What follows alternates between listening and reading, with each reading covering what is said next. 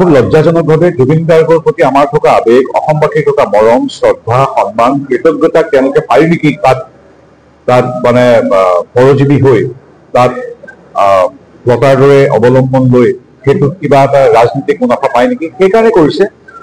গতিকে ৰাইজে দেখি আছে, সিদ্ধান্ত ৰাইজে ল'ব। এইবিলাক আচলতে পাতিবই নালাগে, আমি নিকৃষ্ট কাম। কথা কৈ আছে ৰাজনীতিক আৰু গান বজাই আছে জুবিন গাৰ্গৰ। এইবিলাক মানে কেনেধৰণৰ কি চিন্তা কৰি তেওঁ আগবাঢ়িছে, সময় আৰু জনগণে সিদ্ধান্ত ল'ব।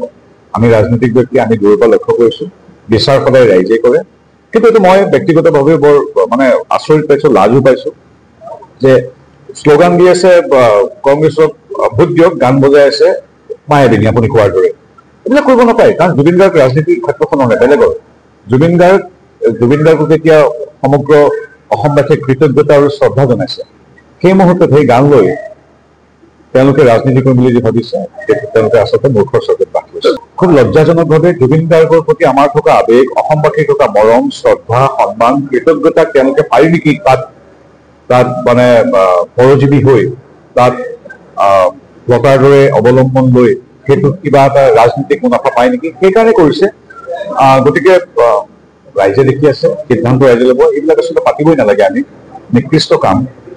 কথা কৈ আছে ৰাজনীতিক আৰু গান বজাই আছে জুবিন গাৰ্গৰ। এইবিলাক মানে কেনেধৰণৰ কি চিন্তা কৰি তেওঁ আগবাঢ়িছে, সময় আৰু জনগণে সিদ্ধান্ত ল'ব। আমি ৰাজনীতিক ব্যক্তি, আমি দূৰৰ পৰা লক্ষ্য কৰিছো, বিচাৰ সদায় ৰাইজে কৰে। কিন্তু এইটো মই ব্যক্তিগতভাৱে বৰ মানে আচৰিত পাইছো, লাজো পাইছো যে শ্লোগান দি আছে কংগ্ৰেছক ভোট দিয়ক, গান বজাই আছে মায়াবিনী আপুনি কোৱাৰ দৰে। এইবিলাক কৰিব নাপায়, কাৰণ জুবিন গাৰ্গ ৰাজনীতিৰ ক্ষেত্ৰখনৰ নহয়, বেলেগৰ। জুবিন গাৰ্গক এতিয়া সমগ্ৰ অসমবাসীয়ে কৃতজ্ঞতা আৰু শ্ৰদ্ধা জনাইছে। সেই মুহূৰ্তত সেই গান লৈ তেওঁলোকে ৰাজনীতি কৰিম বুলি যি ভাবিছে, তেওঁলোকে আচলতে মূৰ্খৰ চকুত বাস কৰিছে।